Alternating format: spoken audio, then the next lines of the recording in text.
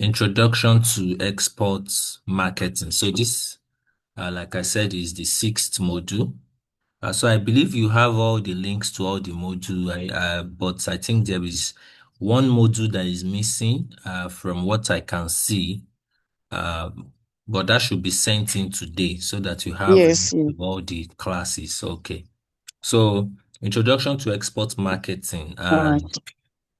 The learning objectives is want to understand the fundamentals of export marketing, how to analyze foreign markets, how to conduct basic market research, how to identify target buyers and customers, customer segments, and how to apply digital marketing tools for global visibility, appreciating the role of branding in export products. So, one of the things that is really crucial when it comes to you searching for buyers for your products or for your export commodities, for commodities you want to export, is how you market them, how you go about your export marketing, how you go about your export marketing. So, and this is something that if you can structure a way around doing a day-to-day job to it. If you can do it like every day, maybe on Monday there is something you are doing, on Tuesday there is something you do, on Wednesday there is a follow-up that you have to do, on Thursday you are checking maybe your messages on a particular platform, you are answering questions somewhere, you are posting about your commodity somewhere, you know, and by the time you give it maybe a 2, 3 months time frame, you start getting requests, you start getting direct messages, you start getting people requesting that commodity from you. Even if the commodity is not what they want to buy, but they need a commodity from the same origin, that is where you are, they might even have to send you messages to ask for if you can still supply what they needed from that same location from you. So this happens several times, so many times. So you can see some people talking about what they can export or their commodities on LinkedIn, for instance, which is a social media platform, or on Twitter or on Facebook. So these are just like some of the things that gives you exposure, that gives you visibility around your product, most especially if the product or the commodity you are looking to be exporting is something that you produce yourself or something that you manufacture yourself. You are the one, maybe it's in the name of your company. You have this particular product now, uh, well packaged, well branded, and you are looking to start exporting that product. So this is something that you have to market it differently. Okay, that even though you do your marketing around your products before on social media and all that, which is for people to buy. It's maybe people that are around you, around your area, in your environment, in your state, within Lagos or outside Lagos. So, but when you are now looking at export marketing, you have to put a little bit of differentiation in your marketing has to come in, because now you are targeting a global populace, you are targeting a global marketplace, you are looking at people who are living in another time frame, in another region, in another location, and because of that, so there has to be some little difference in what you are putting out there, in what your marketing is going to be all about. So this could just be like something that will make people who are out there or those that you are targeting understand that you can export this product or you can export this commodity. So those are just the little things that you have to add to to your marketing when we are talking about exporting, which is really going to be different from the normal marketing, day-to-day marketing that you do for your product. So these are just the two different things about marketing and export marketing. So while marketing is about, creating visibility for your products, making people know about it, uh, trying to convert whatever people know about your product into sales, export marketing focuses more on conversion to export. All the transaction, the sales you want to make now is for you to be able to ship that commodity or product from your country to another country or to the country that you are targeting to break into, to market into, or to enter into.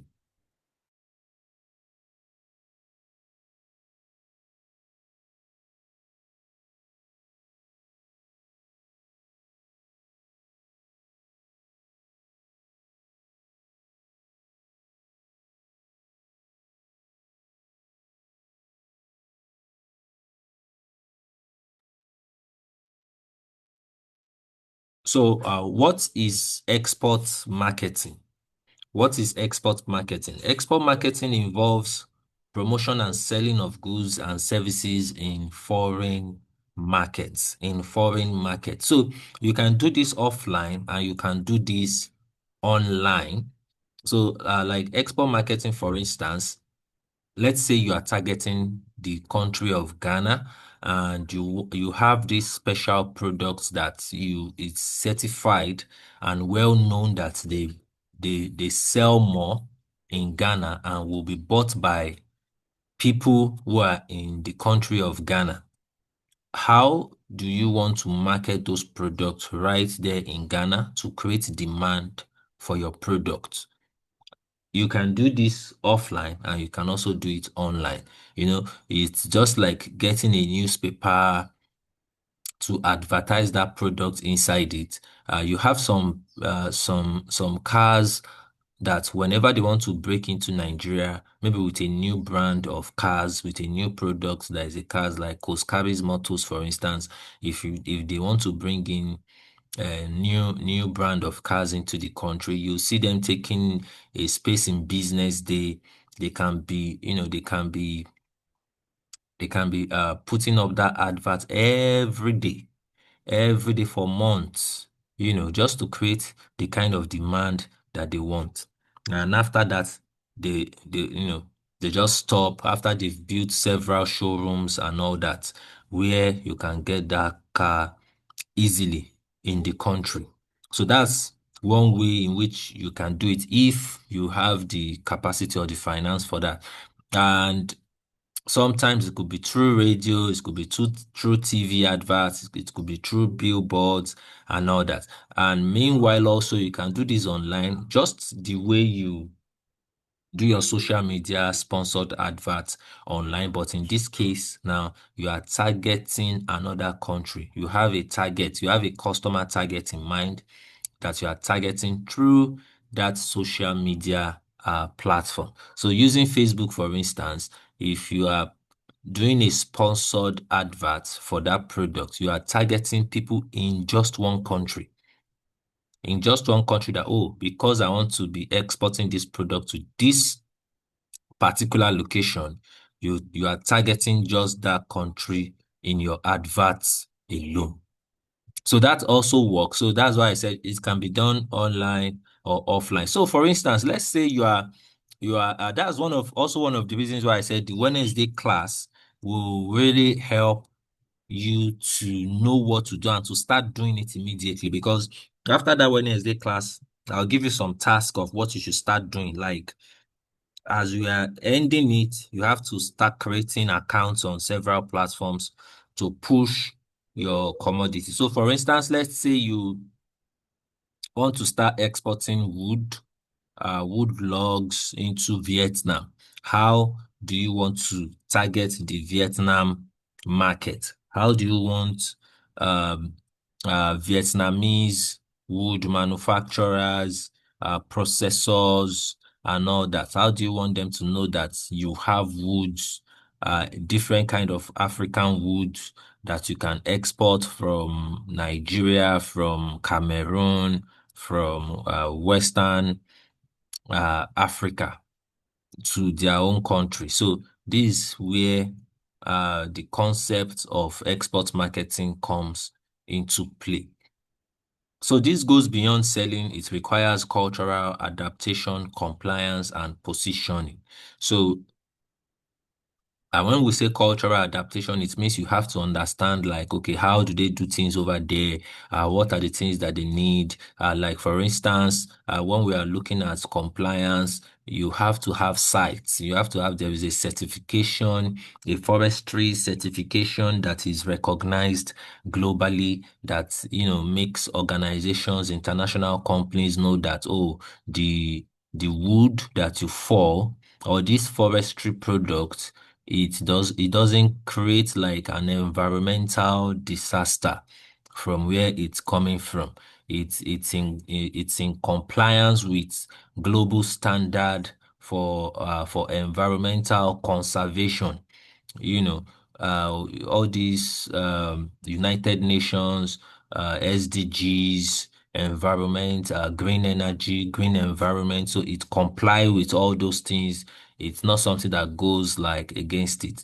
So for instance, there was a time when there was an encroachment, a forest encroachment in areas like in Oyo State, in Kwara State, yes, in Kwara State. And the reason for this encroachment then was because of the charcoal that was being processed in those two states. So when we are talking about charcoal exports from Nigeria, those two states are like the foremost state, Oyo State and Kwara State. So there was a time when there was desert encroachment, forest encroachment, people were falling trees, falling trees just in the name of processing them into charcoal. But at the same time, they weren't planting any. They weren't planting any. They weren't, doing anything. They don't even understand what it means to just be falling these trees, falling, falling, falling. So it got to a particular time for you to get to where you have trees that you can even fall to process into charcoal. You have to move about 3, 4, 5 hours into the bush, far, far, far, far, far into the bush, just to get wood that can be processed, the kind of wood that can be processed into charcoal. Because as an exporter, sometimes you might need to get to all these places for you to get like what you want to buy at the right price. So there is a certification, like an environmental certification that, now will now show the buyer over there that, oh, this forest product is not something that was done against green environment, against environmental conservation, or against, or something that damages the environment. So these are something that you might have to pay maybe an institution for, maybe an organization for to get such license. This might be something that you might have to get like a written letter with your manufacturer or your processor that process the charcoal and all that, stating that, okay, this was how it's done, this was how it is done, and it complies with every environmental law. So because later on I can remember that the government of Nigeria banned the exportation of charcoal. So that because they wanted to stop that, the way people were just falling trees, cutting down trees and processing it into charcoal. So they banned it for years. So even currently, though they've lifted the ban, but it's still restricted. The charcoal export is still restricted because of that. So if you want to, if you fall some logs of wood, for instance, and you want to export them, you want to ship them, an importer over there can now say that, okay, for compliance reasons, do you have sites? So sites is a license, is a certificate that just shows that the tree that you fall is something that is in line with conservation of the forest and environment. So, and positioning. So we said it goes beyond selling. It requires cultural adaptation, compliance, and positioning. That is how you position yourself strategically, for marketing, for buying, how you also place your brand, position, your unique selling proposition, what makes you unique, what makes you special, or what makes these other importer to want to do business with you, are also some of the things that comes into play. Then objective is to gain competitive advantage globally. So that's just what that does. Most of the time, this objective, it works for if you are, producing your own products or have your own products or manufacturing something that you want to, be exporting everywhere. So like if you have the capacity, for instance, you can start an FMCG, like a fast moving consumer goods products, like maybe plantain chips, maybe coconut chips, maybe okay, like the kuli kuli we eat, the kuli kuli here, for instance, is another thing. Like I don't want to say chin chin because chin chin is also well produced in other countries. You have it. Uh, but there are some products that are really unique that, they are really known as uh, how should I put it? Nigerian FMCG, you know. So, and they are very easy to export and people are buying a lot of it in volumes, in large volumes. Even our granite, roasted granite that you've sealed, or maybe you've processed it into peanuts, seal it up and it can't spoil. And you have it in maybe 1 kilogram, 5 kilogram, 500 gram. So branded in your name and all that. So you have some vendors abroad or some African stores abroad or some people that they want to buy such products in large quantity.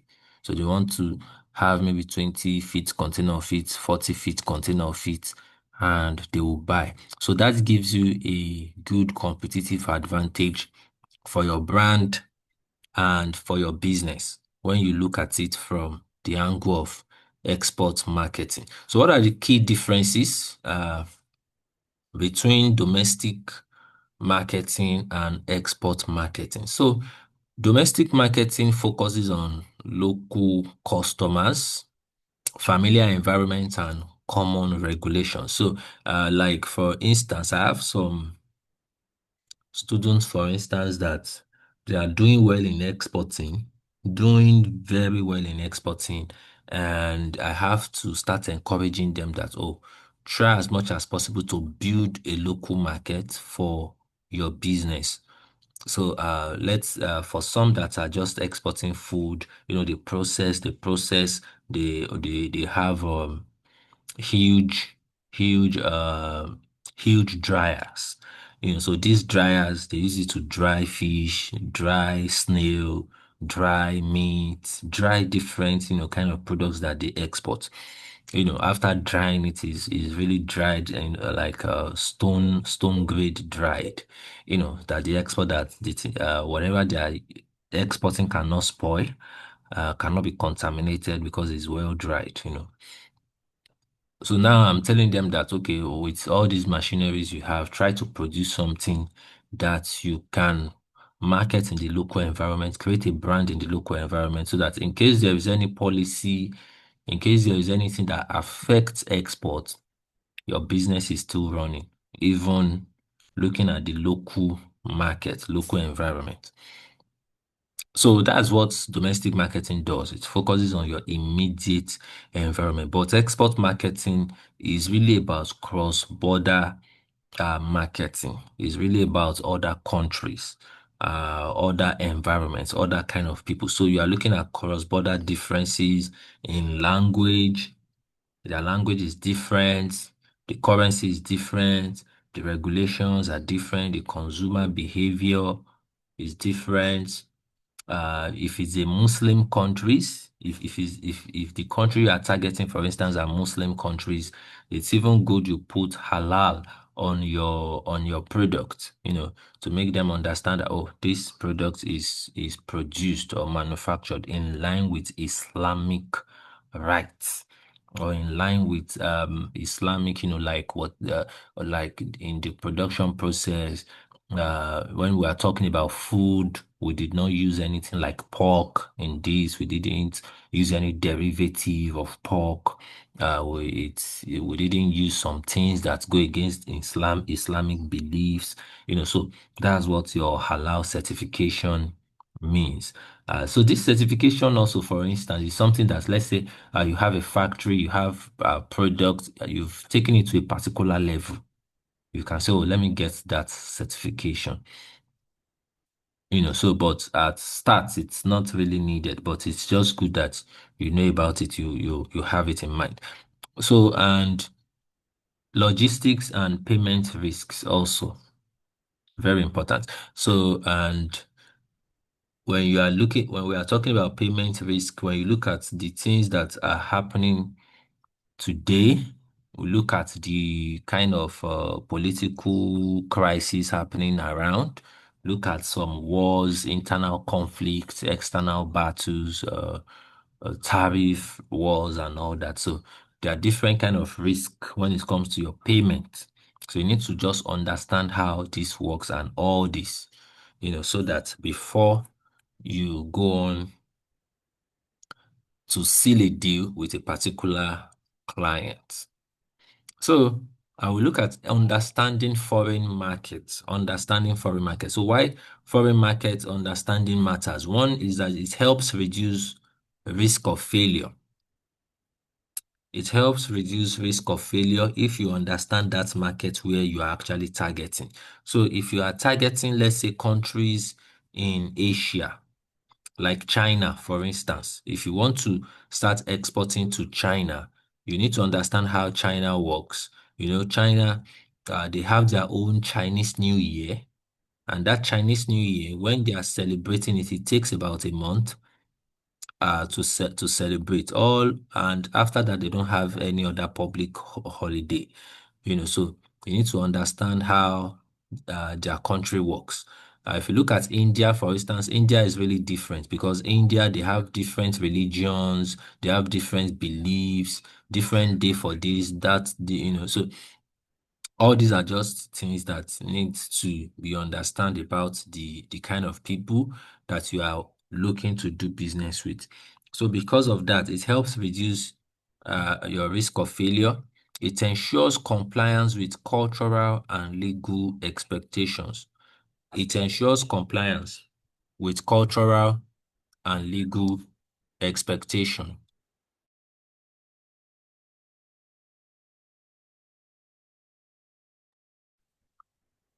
So it provides insight into demand and competition. It provides insights into demand and competition. When we are talking about the dimensions that you have to understand this in.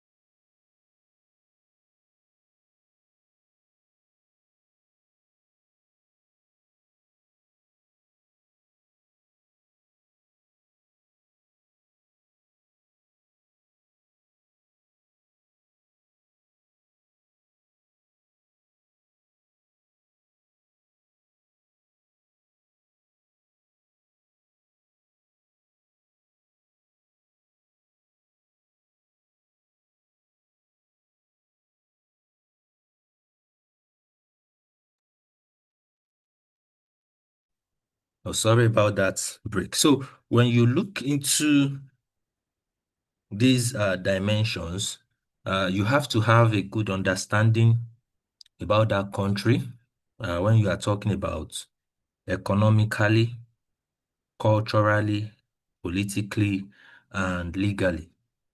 So economically, in sense that everything going on in the economy of this target country that you want to be exporting into. Culturally, in the sense that, okay, do these people, what do they like? And what are the things that they don't like? What works for them and what doesn't work for them? What do they eat and what is uh those things that they don't consume or they don't eat? So you need to understand how this works and all this. And politically, you want to also understand their political structure. Is it stable or is it an unstable uh, political structure? Is this, for instance, just think about people that are exporting to Nepal. Before the protest in Nepal happened, before the economic shutdown, there are some people that they already have containers on the way to that country. Maybe on the day some of their containers arrived that country, the day the container got there, maybe by the following day they were supposed to start clearing their containers and all that, start selling whatever they have in it and all that. Okay, a protest arose and that protest lasted for days. They burnt down the government, shut down the economy. So what happened to the exporters? So let's say the exporters are from other countries around the world. So, it's going to affect their business. They have to just find a way to mitigate the risk. So if such exporter already have a letter of credit from the buyer, the importer's bank has already been shut down because the economy is shut down. So the importer's bank cannot even communicate with the exporter's bank. So we've seen cases like this arise once in a while or sometimes whereby the buying country or the importer's country, their economy just went off the radar because of this kind of war, protest, the uprising. So these things happens once in a while. So that's one of the reasons why politically you need to really understand the country you are shipping to or that you are exporting to. And legally also, legally in the sense that, okay, like what happened in Nepal, for instance, if your importer, by the time they come back online, tells you that, oh, we can't make payment for your goods that you ship, you can't take back the goods. You can't say, okay, let another vessel bring the container. That's like, money that you can't afford to just pay. So what happened?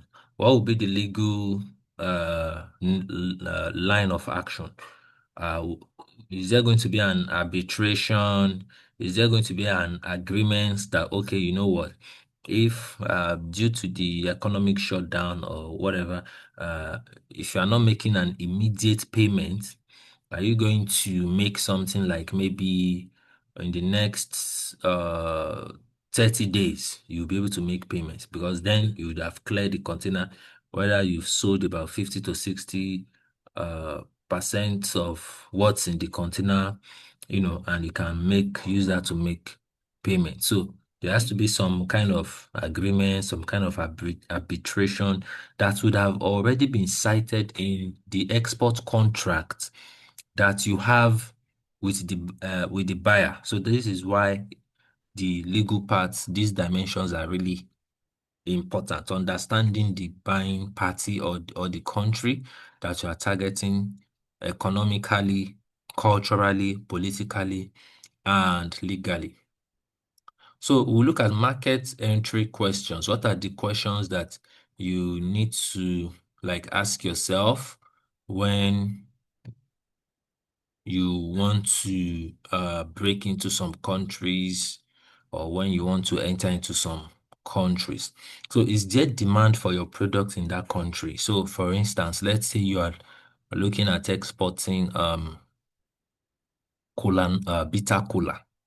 So bitter cola, you want to target countries that have strong pharmaceutical giants, strong pharmaceutical companies that you can export to that will use that bitter cola for, to produce drugs, to produce medicine, pharmaceutical products, and all that. So if you are exporting shea butter, cocoa butter, for instance, you want to look at a country, a country that, they have a strong use case for shea butter in the production of cosmetics, maybe body cream. Body cream could be for human, it could be for animal, for different kind of use cases. So that means that there will be demand for that product in that country.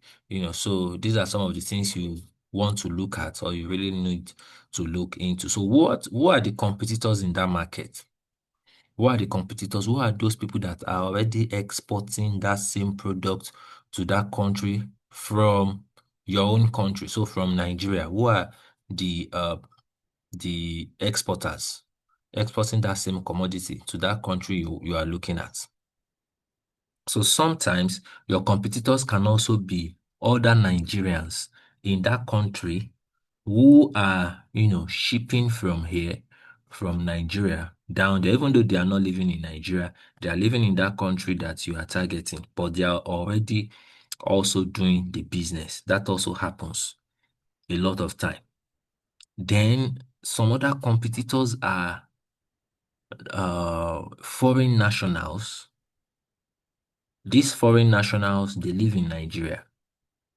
They come to Nigeria, establish a business, and they export that product to their own country. So this works a lot. So imagine that you are targeting India. There are some Indians in Nigeria already exporting that same commodity to their country.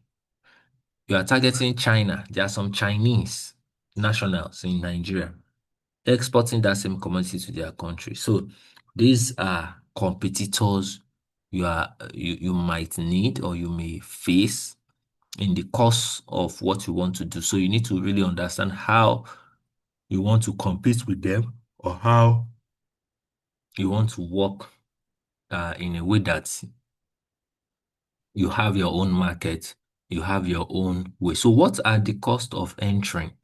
What are the costs, the tariffs, logistics? So you need to look at that. So if you are shipping to UK, for instance, the cost of shipping to UK is different from the cost of shipping to China, because one is far than the other. So one is just maybe on the outskirts of the continent, while one is far, really far. So these are things you put into consideration while you are trying to break into a new market or lottery. Important, really, really important because it will help you in your pricing, in how you calculate your pricing that you want to give to your buyer, or even just pricing that, let me say, the calculation or the figures that will help you to determine your price, to determine how much you want to charge or how much you want your buyer to pay for your product or for your commodity. Then we have the distribution channel that work best. Is it going to be air freight? Is it going to be sea freight? So depending on the location you are targeting or the country that you are targeting, air freight might not be something that works because of the cost, because of the expense that is attached. So what you might be looking at is sea freight at the end of the day. So you might be looking at that, oh, let me use sea freight to export this. Or let me use air freight since it's not really far. I can cut cost here or I can manage cost here. So that is also something that is dependent. So, and conducting basic market research, conducting basic market research. So collecting and analyzing data about potential export markets. So you can look at various data about the potential export markets online and offline. You can do this. Sources of information that you can use, trade association, export promotion councils, just like the Nigerian Export Promotion Council. You can use international trade statistics that you can get. Uh, you can use online market reports, customer surveys, and feedback. So just these are just like, trade currently is, let me say, is really easy now because of the kind of information that you have online, even on social media. So even on social media, you can ask questions and people will answer you. People will look at it and give you review of if it's easy to actually ship a particular product or a commodity to a country. So you can look at people's experience. You can read about people's experience around the world shipping through a particular shipping line, maybe Maersk, MSC, UASC, and all that. So you can just see people talking about them, if their service is good, if the service is not good. So you can determine these things online. You can you can read about, like on LinkedIn, for instance, you can read about how Indians do business with Nigerians, how China do business, or the Chinese do business with Nigerians, or what are the experiences of Nigerians doing business with these people? What are the experiences like? You can use ChatGPT, artificial intelligence. It can curate different experiences, giving you references and sources, you know, where it curated all this data from. So the technology right now is there that in one day you can conduct a basic market research and understand the market that you are looking at or the country that you are targeting.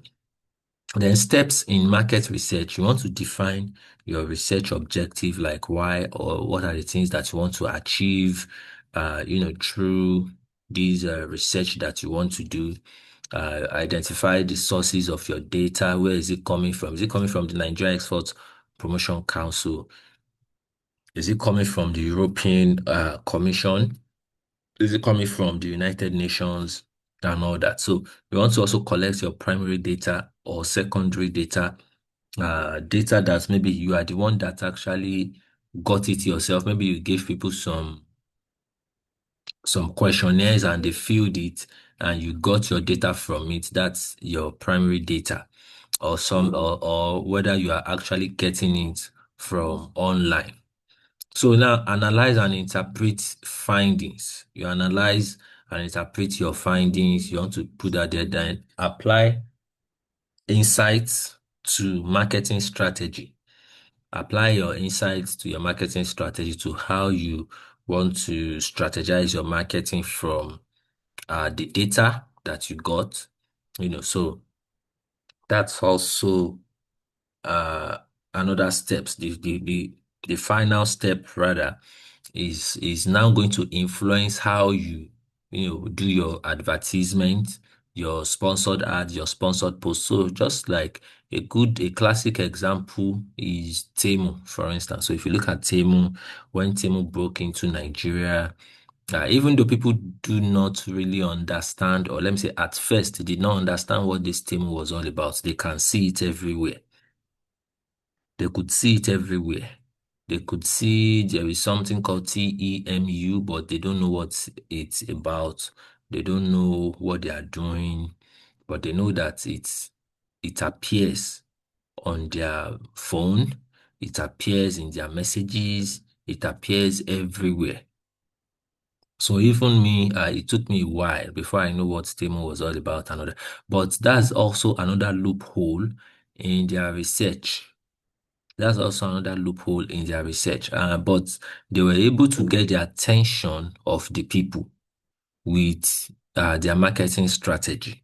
They were able to get their attention. And even though they were able to get their attention till currently, or let me say till right now, I don't think they've been able to sort out some things with the Nigerian market. The Nigerian market still don't understand how to navigate through some of their platform, unlike the typical platforms that we have here, like Jumia and Konga, which are actually just easy to navigate. Go there, you see the price, you click, you buy, it's delivered to your house. But in when we are talking about Temu, for instance, okay, that's why some people buy things and then get something else. They think they are buying a product, like the real products, then they get toys delivered to them. That's why, because if they had done a very thorough study of Nigerians, they will know that Nigeria, we are not going to spend that much time reading through the details, the description of the product. Once we see the picture, we just judge that, oh, this is what they are selling. So, and that's what Jumia did. So what Jumia did is that if you see any products on Jumia, the picture of what you saw is what must be delivered to you. So that's the USP. That's their USP, which correlates. So if you see a picture, a particular picture on Jumia, and you ordered for it, then something else was delivered to you, you have the right to request a return and return it. So this has not been put into play by the, let me say, the researchers that worked for Temu.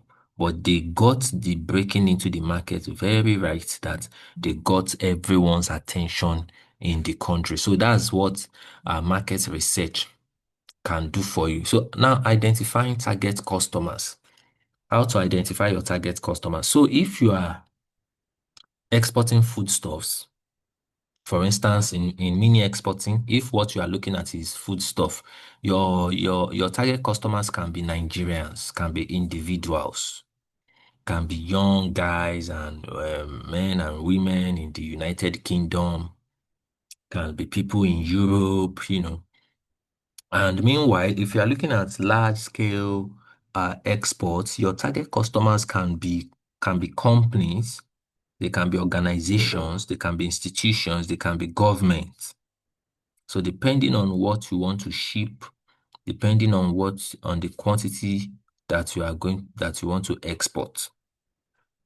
So there are some commodities, for instance, that these commodities are like the let me say, what some countries eat.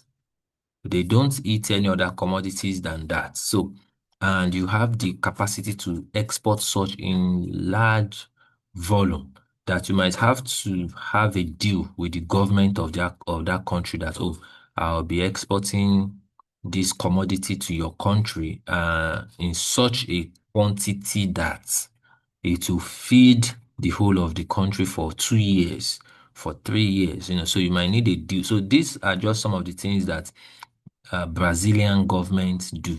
So the Brazilian government, because they know they have a lot of agricultural commodity, they create deals with other governments of the world. So that's what they do. So they know that, oh, we can supply you sugar, we can supply you rice, as in rice, like in the next 10 years, you don't have to worry about rice in your country because we'll be supplying you. That's a deal. So these are just ways of thinking.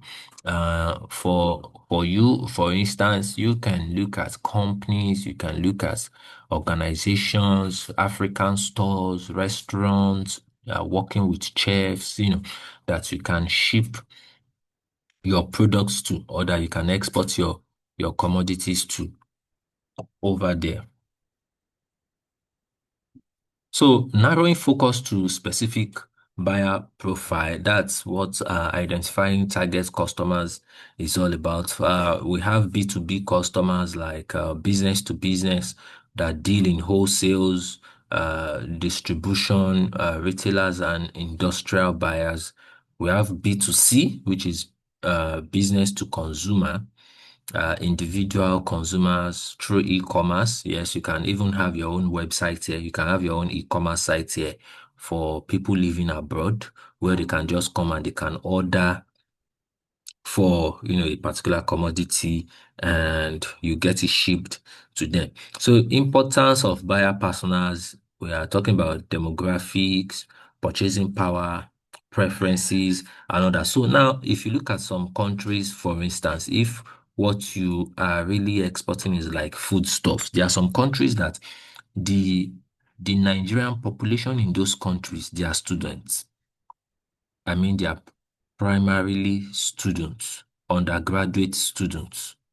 So when you have such countries and you want to target them, that means that the people you want to target in that country, the Nigerians, they are undergraduate students or let's say postgraduate students. So that will also influence how you market. That will influence your export marketing. So which is really, really important for you to understand. So, okay. So now market segmentation. Market segmentation, we have what's that? Dividing potential customers into groups based on geographic location, demographics, psychographics, and behavioral traits. What do I mean by geographic location? So, like we said that location influences logistics a lot. It also influences payment risk. So when you are dividing your potential customers, you want to group them. You want to group them by the location where they are. Are they in Australia? Is it Asia? Um, is it Middle East? Is it Africa? Europe? So your Europe can even be maybe south or north, that kind of thing. Then, just like we have North America, South America, and Canada. So you might group them that way. So you want to look at, oh, are they going to be individuals or are they going to be companies or organization? So this is really going to also help you in your grouping. So, but this grouping, when you are doing it, you are going to be doing it basically based on the product or the commodity that you've chosen or that you've selected to export. So that's really what's going to influence how you group your potential customers, how your market segmentation is done. Demographics, for instance, can be age, income, education, while psychographics can be lifestyle, values, or usage rate, loyalty, things like that. They are behavioral traits. You can also put in religion into it. Religion makes a lot of difference on how some people see some products, if it's good for them or it's not good for them. So that's really also important. But like I said, it's really based on the product or the commodity, which will influence your market segmentation. So another thing is targeting and positioning, how you target this your market and how you position your product. So for your own case, for instance, you want to just select a specific country and an industry. So you might just say, oh, you are looking at Vietnam, for instance. You are looking at Vietnam, for instance, where you want to export wood logs to, or maybe China, for instance, you want to export, let's say, dry split ginger to China or sesame seeds to China. So that could be like your target for agricultural commodities. So and in trimming down your target country. You don't need more than, let's say, two to three target countries. So that way you can narrow down your focus so that it's not too wide, it's not too big.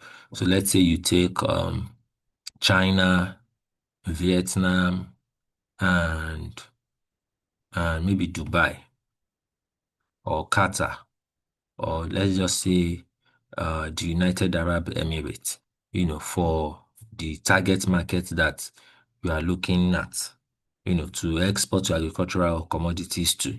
Then positioning defines how your product should be perceived compared to competitors. So that's what your positioning does. It defines how your product should be perceived.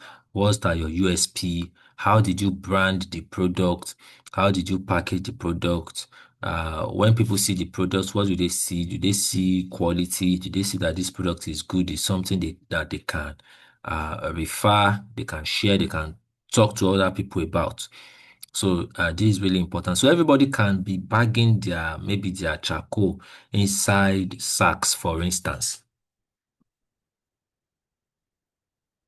Everybody can be packing their charcoal inside sacks, for instance. But when it comes to your turn, you find a very fine, beautiful paper bag to seal your own product inside. To seal your own product inside with a big made in Nigerian stamp, and all that breakdown of detail of the product on the packaging. So it makes a lot of difference. Even there are some products that you see online made in Nigeria, sold in the US, in the UK, that other Nigerians will see over there and they'll be impressed and they'll take pictures, post it online and talk about it. So those are just like USPs.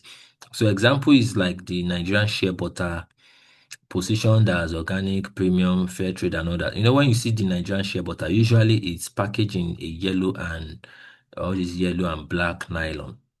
That's how to package shea butter from Nigeria, and it can weigh as much as 5 kilogram, and you have a lot of it like that. So sometimes it's placed inside the carton, sometimes it is not. But when you want to do it well, it's supposed to be sealed up inside a transparent nylon, placed inside like paper, like a paper bag, so that the oil doesn't stain the carton. So it's now placed inside the carton, and the carton is also sealed. So that's how to actually pack. So one of the things you might want to do is to research packaging, is to research how to package. It's really, really important to do this kind of research because it will really help how people view your product out there and how you're able to position that product well. Okay, so that's for targeting and positioning. Then we can also look at some export marketing channels. What are the different channels that you can use for export marketing? For export marketing, so we have direct exports. Direct exports is we have direct export is selling directly to foreign buyers. When you sell directly to foreign buyers, that is direct export. And indirect export is using intermediaries, agents, distributors, and trading companies over there in that country that you are targeting. So you can use any of these that you are comfortable with. Before you can use agents, distribution, and all that, there have to be channels that you trust, that you are comfortable with. So for instance, let me say you don't want to put in the money to produce, to market, to ship, and then you are not able to get your payment. You are not able to get your money back. So that's some of the things that indirect export has to do with. So you want to make sure that you have these channels right. So we also have e-commerce platforms. You can use e-commerce platforms. So one of the things really discuss on our Wednesday classes, e-commerce, use of e-commerce, how to really explore B2B platforms to for your export marketing and buyer sourcing. So when we are talking about e-commerce, like for our exports now from Nigeria, we can use Alibaba, we can use Trade Key. Trade Key, we can use Export Organization, we can use India Mart, we have India Mart, and several other B2B platforms like that that will go through, on Wednesday, that will go through on Wednesday. So trade fairs and exhibitions are also other channels, but these channels require lots of financial investment. So, but they are really very effective. They are one of the most effective ways to really market your commodity for export because in trade fairs and exhibition, it's very sure that you are going to meet prospective buyers, you are going to get buyers that want to buy your products or your commodities. Okay. But these trade fairs and exhibitions are not free. They are not somewhere that you just go like that. So you have to register, you have to travel, you have to do all these things, get visa, go to the country, attend the exhibitions, bring in your products from Nigeria, uh, you know, all your company details, whatever that, will make people interested in your products. They will ask questions. Then one of the reasons why it's even really effective is that white people trust more when they see you face to face because of the stories they've heard about Africa, about Nigeria. So, but now they can see you face to face. They know you are the producer of this product. So when they see that, it helps them to relate with you, to discuss with you. They feel that you understand what they need more, the specification they are looking at or they are looking for, you understand it more, and they'll be willing to do business, give you an export contract and all that. They'll be willing to do business with your company now, other than when they were just interfacing with you through WhatsApp alone, and all that. So that's one of the things when it comes to export marketing channels. And these export marketing channels also is not just limited to what is listed here. Facebook is also another marketing channel. LinkedIn is another. Even Telegram is a channel on its own. Even Telegram. So we have such channels that can be used for exporting. So digital marketing in export. So what's the role of digital tools in promoting export? Um, Websites and landing pages. So if you don't have a website, it doesn't really limit your export marketing. It doesn't really limit your export marketing, but when it comes to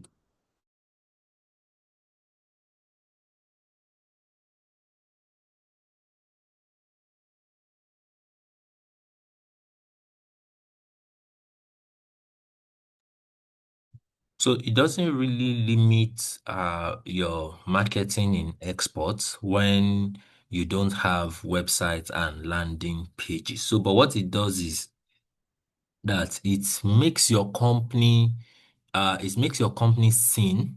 Like like for instance, if someone from India or from China is trying to get a product from you or a commodity from you, or let's say you are marketing to this prospective buyer, and you told the buyer that, oh, okay, I'm so CEO of so. Okay, I can export this, I can do this, I can do that. So one of the things I also do, even right here, is that I might just take the name of that person, I might search for it on LinkedIn, take the company name, search for it on Google, and all that, just to get. So if you have a website, so that if someone searches for your company, they can easily get something to read to see that, oh, it's actually a real company. It's located in this place. This is their website. This is what they do. So That's apart from that, nothing else. It doesn't mean you still won't export. It doesn't mean you won't. So for several years, I was exporting without company website, without even having a landing page. So that is not like maybe, but it's good. Now in this digital age, it's just good to have something online to have, oh, so and so.com, so and so.com.ng. It's just very okay because it really helps, for your SEO, so that when people search for that commodity, like, okay, maybe someone is searching for cashew nuts in Nigeria. So when someone searches on Google and searches for cashew nuts in Nigeria, imagine that the first three links that Google brings out, your company is there. So that is one thing. So this is also something you can do by maybe like publishing in newses, paying for what is it called now? PR, like a PR, uh, you know, publishing your news, like getting Business Day to write something about your company in that commodity, maybe in cashew nuts, for instance, in raw cashew nuts, for instance. Business Day wrote something about your company exporting cashew nuts and all that this week. The next week or next month, you have Guardian write something about you exporting, being the leader, being one of the leaders of raw cashew nut exports in Nigeria. Then the third month again, you have maybe Punch write something like that again. So that's like you are creating footprints, digital footprint.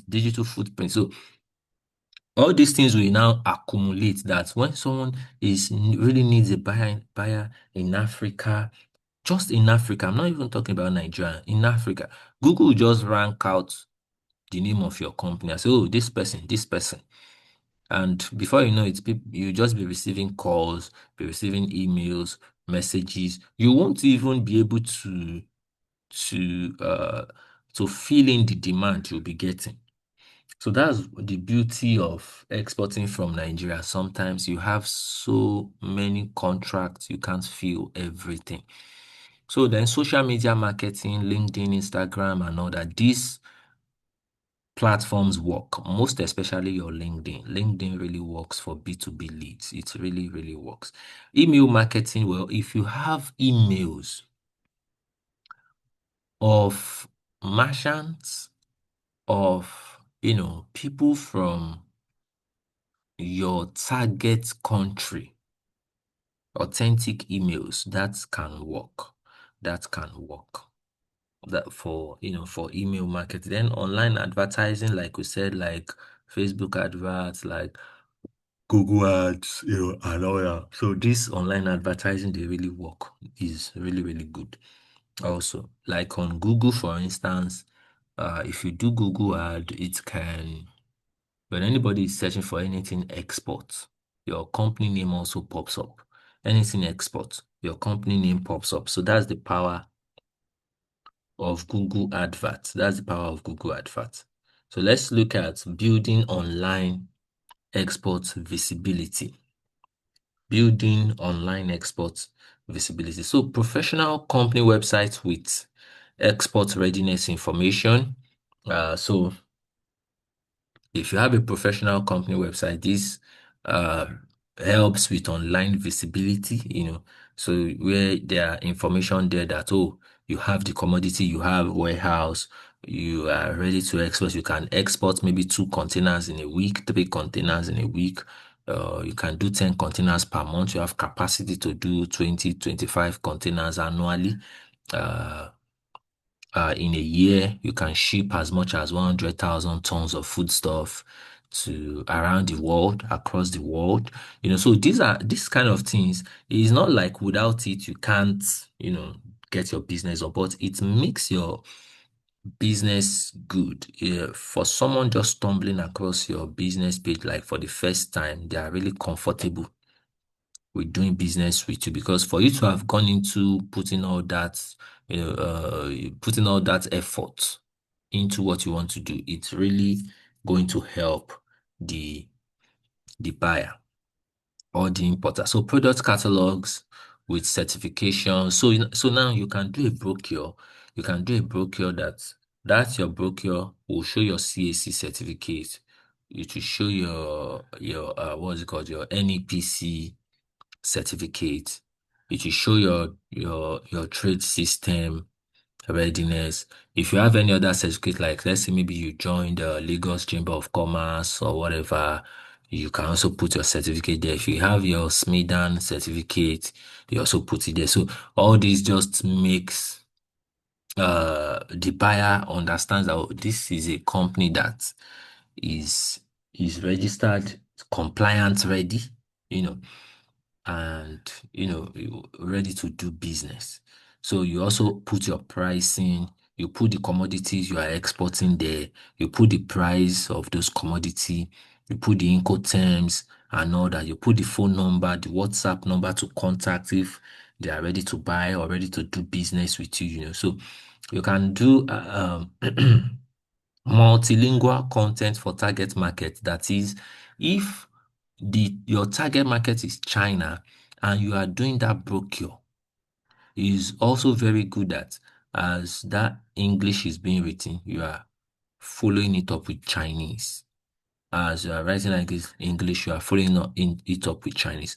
What that communicates with your prospective buyer is that, oh, this is someone who is really thoughtful, ready to do business. If I do business with this person, I shouldn't have much regret because the person is thoughtful, is considerate. So that's just one of those things that they look at. So trust building, if you can use testimonials, trade certification, secure payment methods also. So okay, you are not asking them that they must pay in advance. You are telling them that, oh, they should use um they should use documentary collection for their payment. So the buyer knows that, okay, the part of the risk is with him and part of the risk is also with you. So they can be comfortable with such arrangements. Or maybe what you are telling them is that, okay, uh, do an LC, give us an LC, letter of credit, and the buyer too will know that, okay, a letter of credit is still good for this kind of contract for them to raise. So these are just like very important things that you can put in place for online visibility, that buyers out there really look out for. So a lot of people just used to mix these things up because they don't really understand it. So, but once you get to know these technicalities and what buyers or importers are really looking for, you won't have issues with your you won't have issues with what you want to ship out there. So we have branding for export products. Branding for export products. So branding differentiates products in crowded global markets. So one of the things about exporting from Nigeria is that we don't really put much into branding. We just put the commodity inside sacks, tie the sacks, and load them inside the container. That's basically what we do most of the time. So, uh, when we are talking about branding for export, it's really crucial and important that, okay, so for instance, there was a time I had this client, and this client had worked with other exporters. So I've seen pictures of the way products are usually shipped to him. So most of the time it's just inside sacks and it's loaded inside the container and the container gets there and.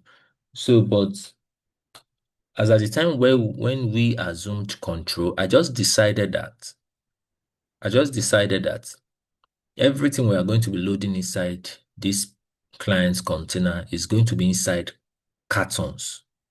We won't be using sack anymore. So what we now did is that we'll seal inside nylon, we'll pack it inside cartons. It will also be the same weight, like 20 kilogram, 25 kilogram, but now it will be everything is sealed inside cartons. So because it's sealed inside cartons, it can be neatly arranged inside that container. It can be neatly arranged. You can know that, okay, maybe what you have inside this container is 500 cartons, is 600 cartons of 25 kilograms. So you still get the same quantity that you are supposed to get. You still get the same quantity that you're supposed to get. But now, when the container gets there, they are able to offload it easily. They can move around the container easily because everything inside inside the carton and it is sealed. They can easily move. So it makes a lot easier. And that carton is also branded. The cartons are also branded.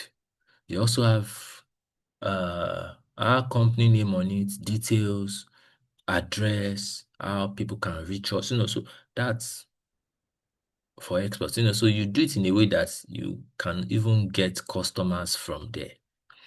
So, and when you look at the elements, the things that has to be on it, you have your brand name, your logo, packaging, for your packaging design, you look at the storytelling and appeal that you are trying to put out there, the unique things that a prospective buyer wants to look at.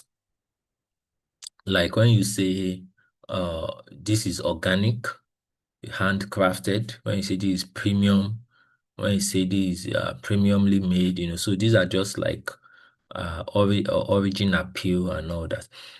So quality assurance and certification marks is also good. If you have certification marks, you can put it maybe like from SON. So you can put your SON stamp on it, that's all SON, and the number of your SON stamp. So you can also put it on the carton. But if you don't have it also, it doesn't mean that you can't do your shipment without it. It doesn't mean that you can't brand what you want to ship, but sometimes it's just good if you have these things that you put them together. So even if what you are shipping is food stuff, there's a way you ship your food stuff in a very neat way using various Ziploc bags, nylons that you've sealed up, arranging them neatly inside the carton, sealing up the carton, so that it makes sure makes it in a way that there is no spill at the end of the day. Nothing has spilled out. Insects couldn't just, so that insects at the end of the day, by the time the product gets to where it's going to, insects doesn't grow inside the cartons or inside the nylons because everything is well packed. So sometimes packing your product well won't allow insects to grow inside it, won't allow, it to be contaminated in any way. And like I said in one of our classes, that sometimes it's just good that as you are drying, if you are drying something for export, right from the oven, you leave it there to cool off. Once it cools off right from the oven, you pack it inside the nylon where it's going to be sealed off immediately so that it's not contaminated before you pack everything for export, so that there won't be anything like by the time it gets there, there is insects, there is this, there is mucus, there is, so to avoid such stories, really essential. So packaging as a marketing tool. So like I spoke earlier about, branding your cartons, branding your nylon, so all these things, they are really crucial. So you can, so at the initial period that you are just starting, it might looks like it is expensive. It might look like you are spending extra, but it will pay off at the end of the day. If you brand everything that you can brand. Why? Because you don't know who is going to come across it. You don't know the another company that will need this particular product, Kelechi, please give me water. that will need this particular product. So this is really important. So this is really important. So packaging must protect products and market them. It must protect the product. It must also market the product. So sometimes your buyer, your buyer will tell you how your buyer might request for a special packaging. So, and of course, they will pay for it.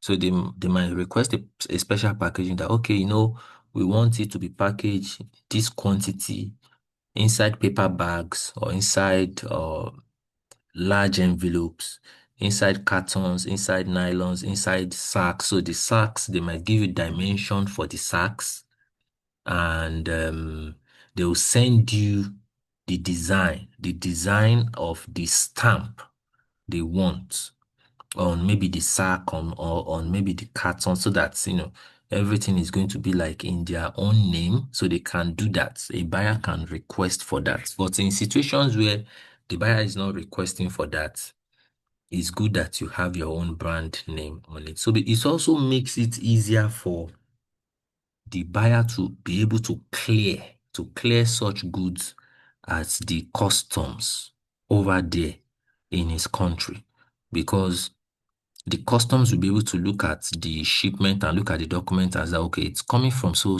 company in Nigeria. So in case there is anything, they can even contact you, the company. So that's one thing international customs can do. So adapt to international standards, languages, labeling, barcodes, eco-friendliness. So these are just some of the things that we have spoken about when it comes to languages in labeling. Barcodes, if necessary, because some of these your buyer or the importer would have told you that, okay, we'll need barcodes, we'll need this, we'll need that for the product that you are exporting. Now, EU strict packaging and labeling laws for food exports. Yes, they do have strict packaging and labeling laws. Though it's in English, but there are some things that if you make a mistake over, it might cause some delay. Like the manufacturing and expiry dates that we once spoke about. So as little as that is, it can cause a lot of havoc with what you are sending in, because they need to just know that what you are shipping in is not expired already or is still good for consumption. Okay, so let's check Nigerian hibiscus exporters. This is just like a case study example. So the challenge, they have inconsistent quality and packaging. Inconsistent quality and packaging. The reason for the inconsistent quality is just because when you get to Kano and you want to buy hibiscus, the hibiscus usually come in different forms. So there is black, there is thick red, there is light red, there is a variety that is between thick red and black. So you have them like that. You have the ones that the leaves are really large, the leaves are small. You have those that are broken, so which comes in as different grade. So this is one of the reasons why when your importer says, "Oh, I want so commodity," the importer must detail the specification he or she wants to buy.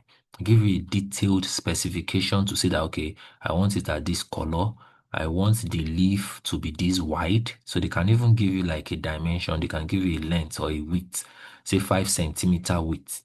That's how large I want it to be, or how small I want it to be. So they will give you all these specifications so that when you are getting that commodity for them, you are going to work with that specification also. And packaging, it's really just packaging sacks right from there. So those are just the challenges. So some of this proposed solution is branding it as organic hibiscus tea, leveraging Amazon listing where you can actually list them on Amazon for sale and all that. But when we are talking about large quantity, uh, export sale. You can put it on Alibaba, on TradeKey, on post it on LinkedIn, put it on India Mart, and different other B2B commerce platform.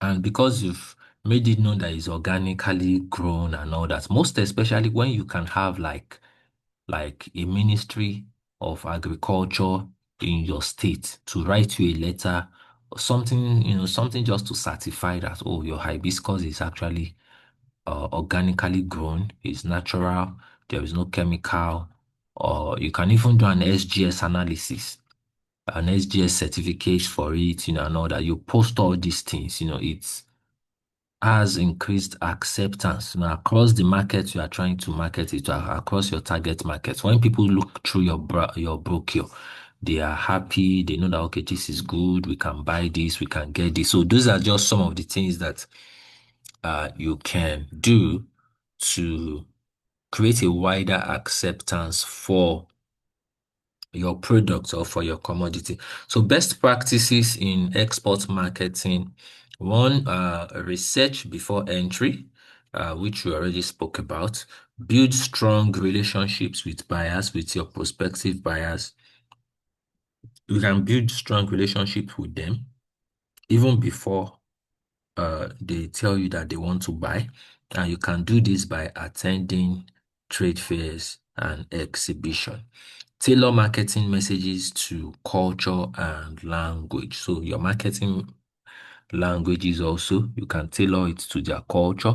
So if there is a way they are supposed to be greeted, instead of using the conventional good morning or hello or hi. So that could be what you are going to use, just to tailor it to the culture. Translate the language if necessary from English, to their own language since they are not an English, if they are not an English speaking language. Maintain high and consistent product quality. So, one of the things that Nigeria used to do, or let me say Nigerian exporters used to do is that if they if they are exporting, okay, it's just because to save cost, but which is actually not necessary. If you want to export shea butter, for instance, so let me use shea butter because shea butter is widely known. If you want to export shea butter, for instance, and you do an SGS analysis for your shea butter, that SGS certificate that you get for that shea butter, let's say you did it in the year 2020, and the shea butter is coming from maybe a particular factory. And let's say the factory closed down in 2021. So that means for every shipment you want to do from that time, you are supposed to have another SGS analysis for another shea butter that you are shipping. Now we are in 2025. Some people will still be using that same SGS analysis of 2020 to still export their shea butter. Meanwhile, the quality has changed because the place where they are getting that shea butter from has also changed. So if the shea butter is actually not really good enough, it creates inconsistency in the quality and uh, a level of distrust between them and the people that are buying from them. So leverage digital tools for cost-effective promotion. So it's better because even if you are doing a press release that we just spoke about, even if you are doing a press release, is the cost of a press release is still like maybe 50, 60,000. And if you look at doing a Facebook advert, a LinkedIn advert, it might actually be lesser. It might be cost effective. So you want to go for the one that is really cost effective and can give you a high result or a good result. So some of the questions that you have to answer are what are some key differences between domestic and export marketing?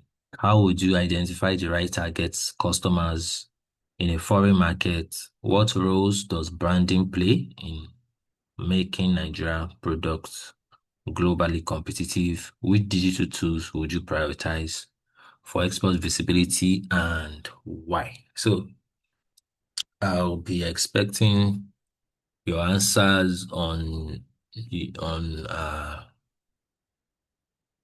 okay, I think you have to send your answers to your questions to learning at lscm.org.ng. Yeah, I think that's officially where you're supposed to send your answers to.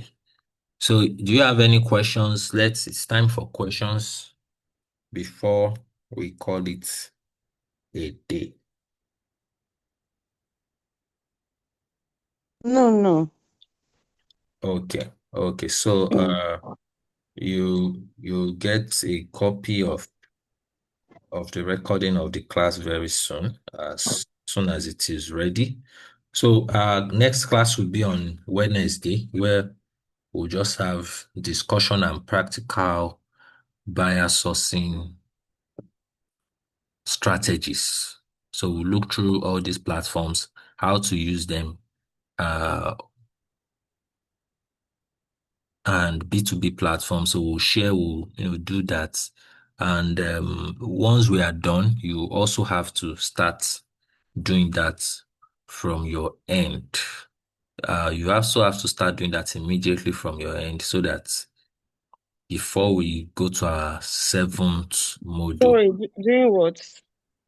Everything we'll do on Wednesday, you have to also practicalize it from your end. That is, you have to create a B2B account. You have to start marketing, engage in export marketing, pushing out commodities that you want to export and letting others know that you can export it. So that's really what we'll be checking out on Wednesday because what we are doing on Wednesday is buyer sourcing, how to get buyers.